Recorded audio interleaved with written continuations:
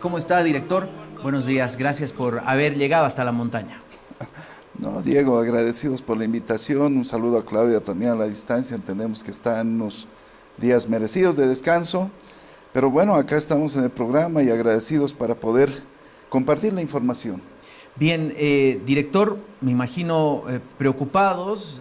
Ayer se habla nuevamente de dos reos, dos reclusos que pierden la vida en el penal de máxima seguridad de Chonchocoro. De repente el penal más vigilado o con mayor infraestructura del país. La anterior semana también se hablaba de otro recluso, dos casos de violación en Palmasola, un feminicidio en el Abra, una fuga también en el Abra. ¿Qué está pasando, director? Sí, bueno, Diego, yo quiero un poco en el análisis, primeramente separar las acciones que se asumen, ¿no? Primero, un hecho, yo los he catalogado hechos aislados y más adelante te diré por qué. Primero que cuando ha pasado el tema de Chonchocoro, cuando un policía lastimosamente que hace quedar mal a una institución como es el Verde Olivo, nuestra institución de seguridad que tenemos, pero las acciones hacen que ese policía primero sea identificado, segundo puesto a la justicia como corresponde y obviamente en lo administrativo también buscar la baja de este efectivo policial. Lo segundo, un hecho también que pasa involucrando un mayor de policía allá en Uyuni, que también se mete con un tema que transgrede la normativa, igual puesto en privación de libertad, igual en lo administrativo dado de baja definitiva de la institución Verde Olivo. Dos hechos que ameritan una respuesta inmediata de lo que es la policía boliviana.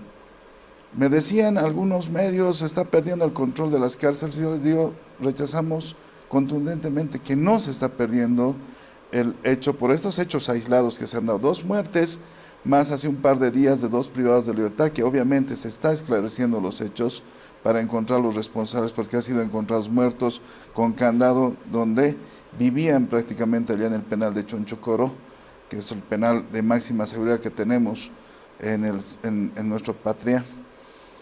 Y bueno, igual se está investigando, hay hipótesis que se manejan, dos privados de libertad que vivían prácticamente, hay temas posiblemente pasionales ahí, son primeras hipótesis que se manejan, pero ahí hay una disposición de la administración penitenciaria para investigar y sancionar como corresponde, y obviamente hacer lo que corresponde también como administración penitenciaria, colaborando con los indicios, con la información, con los requerimientos que se necesiten. Pero hay acciones asumidas. El día de ayer cabalmente hemos tenido una intervención en el penal de Chonchocoro como una de las acciones, no solamente que se va a relevar al personal que ya está allá bastante tiempo en Chonchocoro, sino que se ha hecho una intervención permanentizada porque se ha trabajado casi más de 7 u 8 horas allá en el penal de Chonchocoro. Antes las requisas eran 2 horas, se sacaban cosas, se terminaba la requisa, pero el día de ayer hemos estado casi 7 u 8 horas en el penal de Chonchocoro. Se han subido a los techos, alcantarillas, se han sacado celulares, objetos punzocortantes, sustancias controladas, bebidas alcohólicas, obviamente. Ahí entra un poco en censura cuando se dice por dónde entra, si Chonchocoro ya tiene un body scanner, tiene rayos X, tiene detectores de metales, y ahí vamos a la reflexión respecto a la investigación también que hemos solicitado de los que controlan la puerta. No vamos a generalizar a todo el personal del penal de Chonchocoro, obviamente, que entendemos y conocemos que hacen un trabajo prodigio. No nos olvidemos que nuestra policía es la que día a día está, mediante nuestro ministro de gobierno, entregando a gente que contraviene la normativa en nuestra sociedad. Una lucha muy frontal contra el narcotráfico, y es la policía. Por eso yo no quiero entrar en una censura y generalizar a la policía boliviana. Por eso separo a esos malos efectivos y me uno a las palabras del comandante general y del ministro de gobierno que dice separar a esos malos efectivos policiales.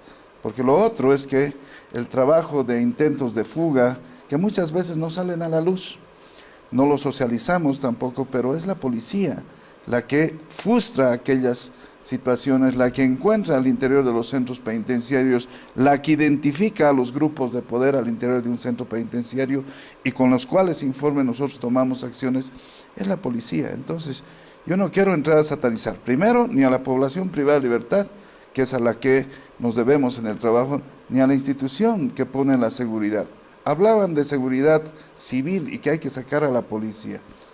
Yo le digo, Diego, con conocimiento de causa, 25 años que llevo en esta temática de cárceles y de centros penitenciarios, he conocido también lugares donde hay civiles trabajando en la custodia, en el cuidado y en la reinserción de los privados de libertad. Y en esas cárceles, créeme, Diego, igualito hay droga, alcohol, teléfonos celulares, hay muertes, todavía incluso mucho más fuerte que en nuestras cárceles. En nuestras cárceles, la CIDH decía, tenemos los centros penitenciarios menos violentos de América Latina. Yo defiendo siempre eso. Más allá, no estamos contentos con estas muertes de este último tiempo. Tenemos que mejorar los controles, pero no tenemos que satanizar a una población privada de libertad, y menos decir que se ha perdido el control, cuando más bien en este último tiempo hemos mostrado y hemos dado señales de un trabajo efectivo en reinserción social que está desarrollando. Director, el hacinamiento en las cárceles, ¿no será acaso un tema que está ayudando a este, diríamos, desborde que se puede ir registrando? Porque el hacinamiento alcanza que al 70%. Bueno, hemos bajado más, bueno, el hacinamiento es más de un 5% a nivel general, es alto todavía el hacinamiento en nuestras cárceles. En este último tiempo, nada más como un dato, Diego, hace 2 años y 2 meses exactamente teníamos 18,000 privados de libertad. Ahora tenemos 32,000 privados de libertad, 14,000 privados de libertad en 2 años, que se ha incrementado al sistema penitenciario como nunca antes en la historia de las cárceles. Pero preventivos. Entre preventivos y ahora sentenciados. Se ha subido el tema de los sentenciados por el hecho de las jornadas de descongestionamiento que hemos propiciado con el órgano judicial, donde muchas personas se van a abreviados, y obviamente irse a un abreviado significa tener una sentencia ejecutoriada, ¿no?, para algún beneficio penitenciario, etcétera. Pero bueno, se ha ido trabajando, y hoy día acabo de reunirme por vía Zoom con el Tribunal Constitucional. He estado el viernes en Sucre con la Fiscalía General, con los magistrados también del órgano judicial, para buscar alternativas a este hacinamiento del que tú haces mención. Hay una sobrepoblación, hay un uso discrecional de la detención preventiva, lo ha observado la CIDH, el SPT, está hablando de organismos internacionales que están observando al país porque usamos mucho la detención preventiva. Pero no solamente por culpa de los jueces, hemos analizado estos temas con el órgano judicial, es también una cultura de nuestra población. Para una víctima, decíamos, como un discurso repetitivo, sinónimo de justicia es que la persona que le ha hecho daño esté presa. No se puede defender en libertad esta persona. Entonces ahí hay una situación estructural que tenemos que analizar con nuestra población también, ¿no? Porque si no le hacen justicia, lo libera el juez porque corresponde a unas medidas cautelares, porque es un primer delito, etcétera, que está cometiendo. La víctima busca ayuda en las juntas de vecinos, en la opinión pública a través de los medios de prensa. La policía también dice, nosotros los agarramos y ustedes los liberan. Entonces hay una censura al juez. Entonces el juez prefiere mandar en detención preventiva y lavarse las manos y decir, mejor lo mando porque si no me vienen los problemas a mí. E incluso el Consejo de la Magistratura lo termina sancionando al juez.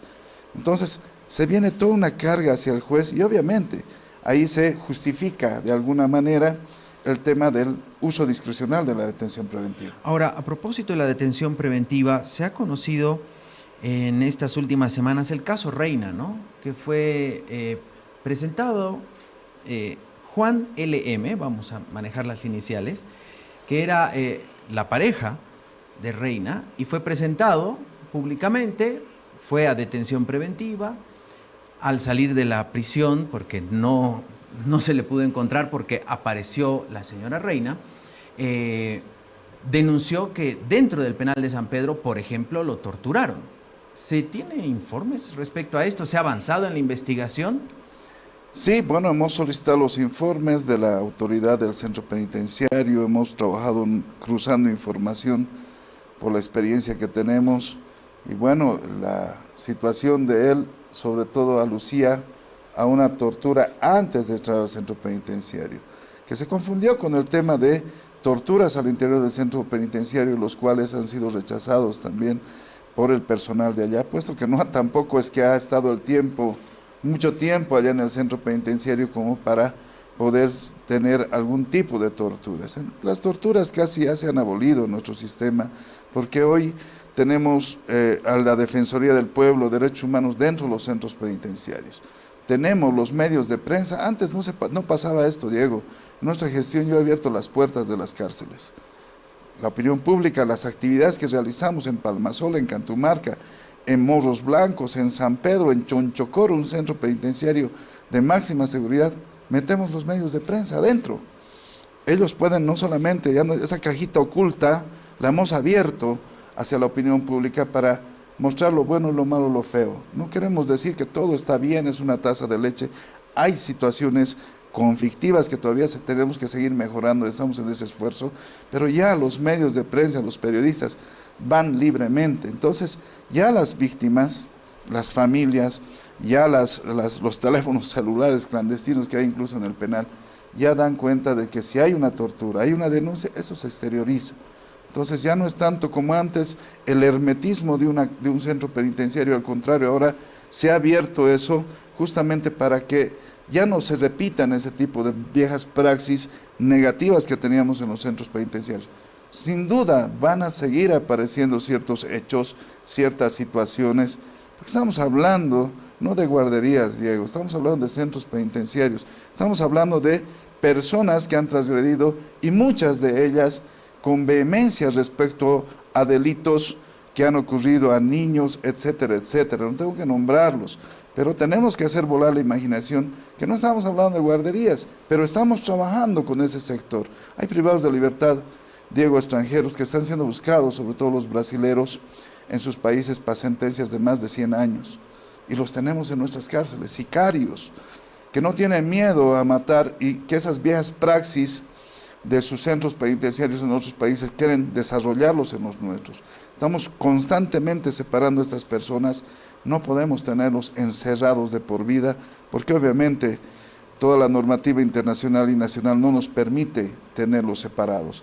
Pero creo que ahí también debemos, más allá de satanizar, destacar el trabajo que hace nuestra policía boliviana custodiando y lidiando con este tipo de delincuentes que a veces hay en nuestros centros penitenciarios. Por eso yo no quiero generalizar respecto a hechos aislados, incluso de funcionarios. Hemos tenido en el pasado funcionarios civiles que estaban metiendo sustancias controladas y ha sido la policía que ha pescado. Hemos tenido en anteriores hechos que lo hemos también denunciado, funcionarios policiales que estaban metiendo no solamente arma de fuego, sino sustancias controladas, sus mismos camaradas los han requisado, los han denunciado.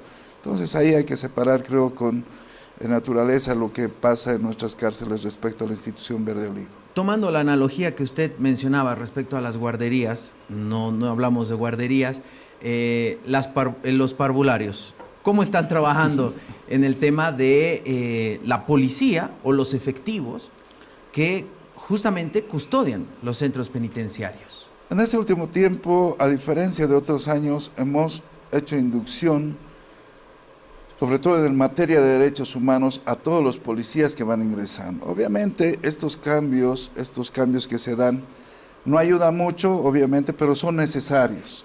No es que quiero justificar el tema, pero el tema de manejar como antes se manejaba, entraba un policía sin ningún tipo de capacitación y cometía al interior no solamente temas censurables como la corrupción, sino vulneración de derechos o torturas, porque pensaban que parte del castigo era tratarlo mal al privado de libertad. Hoy en día hemos tenido instituciones como el ITI que han capacitado a los policías sobre temas de tortura. Estamos ya con una plataforma virtual con la cual estamos trabajando temas de derechos humanos, sobre todo con los efectivos policiales. Te decía, los cambios a veces de destino no nos ayudan, pero estamos insistiendo en eso, ya que el policía formado, sabiendo y conociendo la normativa, transgreda la misma, ese policía obviamente tiene que ser identificado y sancionado. ¿Y los reclusos? ¿Los y las reclusos? privados de libertad, cómo vienen trabajando en torno al tema de la reinserción laboral, porque los centros penitenciarios, si bien son para, diríamos, que alguien cumpla una condena, también se convierten en lugares donde se trabaja para que puedan volver en algún momento, cuando salgan libres, a la sociedad con otra visión. ¿Cómo vienen trabajando en eso? Ahí va la respuesta a la censura de que se está perdiendo el control de las cárceles, cuando en este mismo programa hemos mostrado todo lo que vienen trabajando los privados de libertad. Se ha incorporado a cárceles productivas en más de 20 centros. Hemos participado en las ferias más grandes que tiene Bolivia, como la Expo Cruz, ferias internacionales, rueda de negocios, privados de libertad que salieron con órdenes judiciales, sentándose con empresarios para hablar qué se puede hacer en las cárceles. Y hoy tenemos una empresa que está trabajando temas de polera, shorts, ropa de médicos al interior de los centros penitenciarios, hablando de Palmasola. Tenemos 800 universitarios. ¿Qué quiere decir esto? Para que la gente nos entienda, las universidades no solamente están ingresando con estudiantes que vienen a hacer apoyo a los recursos humanos del régimen penitenciario en psicología, trabajo social, derecho, sino que los privados de libertad ya están estudiando al interior de los centros penitenciarios. Tenemos la Universidad Autónoma del Beni, con una presencia virtual en 5 departamentos. La UMSA, recientemente, hace unos días atrás, hemos inaugurado hace un par de días atrás, 139 privados de libertad de todos los penales, hablando mujeres, varones, Patacamaya, Calauma, Chonchocoro incluido. Chonchocoro tiene 40 estudiantes de sociología. La UMSA ha incorporado la educación virtual y semipresencial en estos centros y agradecemos esa decisión de la UMSA. 139 alumnos de más de 200 que han aprobado los vestibulares. Ellos, al igual que afuera, han tenido los cursos prefacultativos y han aprobado, y nosotros con orgullo lo decimos, porque hay interés, se ha generado ese interés que podamos tener, y tenemos, puedo referir a varias universidades que han incursionado al interior de los centros, 800 futuros profesionales que vamos a tener en nuestras cárceles. Y esto va a aumentar todavía, se está abriendo más los campos, a pesar de las limitaciones de hacinamiento e infraestructura. Estamos incursionando, hemos hablado de cárceles productivas y hemos participado absolutamente en todas las ferias de toda Bolivia con productos y destacando con premiaciones de los productos de los privados de libertad. Entonces no podemos hacer referencia de que se está perdiendo el control cuando hay más de un 80% que ha tomado una decisión positiva respecto a la reinserción social, y son pocos privados de libertad que lastimosamente están metidos en temas oscuros que obviamente nosotros tenemos que controlar. Bueno, de hecho se están exportando algunos productos que se fabrican o se producen en las cárceles, se están exportando. Se están exportando no solamente en tema de las mujeres, por ejemplo, en tejidos tenemos una tienda, vamos a decirlo, de lujo, ahí en Obrajes, por ejemplo, para las mujeres, porque a veces solo se habla de varones, tenemos que hablar también de las mujeres y del esfuerzo que hacen como madres, manteniendo a sus hijos desde dentro de la cárcel, y esta tienda puede mostrar la expresión del arte y el trabajo que van realizando las mujeres. Los carritos de las salacitas, todo el año los hojalateros de Chonchocoro y San Pedro trabajan prácticamente todo el año porque tienen que cumplir sus contratos con sus proveedores, no solamente para la feria de las citas de acá, llevar a Argentina, Brasil, Ecuador, ¿no? Hablando de otros países como Brasil también, que les vienen a contratar, obviamente para la frontera con Perú, estamos hablando de Copacabana, que también se venden estas miniaturas, sobre todo los autitos. Entonces prácticamente hay contrato asegurado, vamos a decirlo, pero ya estamos exportando, y esas cosas no pueden opacar estos hechos aislados que lastimosamente, pese a los controles que hemos implementado, a veces hacen quedar mal a todo un trabajo y un sistema que estamos implementando. Director, muchas gracias por haber estado junto a nosotros esta mañana. Vamos a estar convocándolo en otra oportunidad para seguir hablando del trabajo del régimen penitenciario. Muchas gracias, Diego. Nosotros agradecidos siempre con La Razón, son nuestros aliados estratégicos para poder comunicar también, no solo lo malo, sino también lo positivo en lo que se trabaja.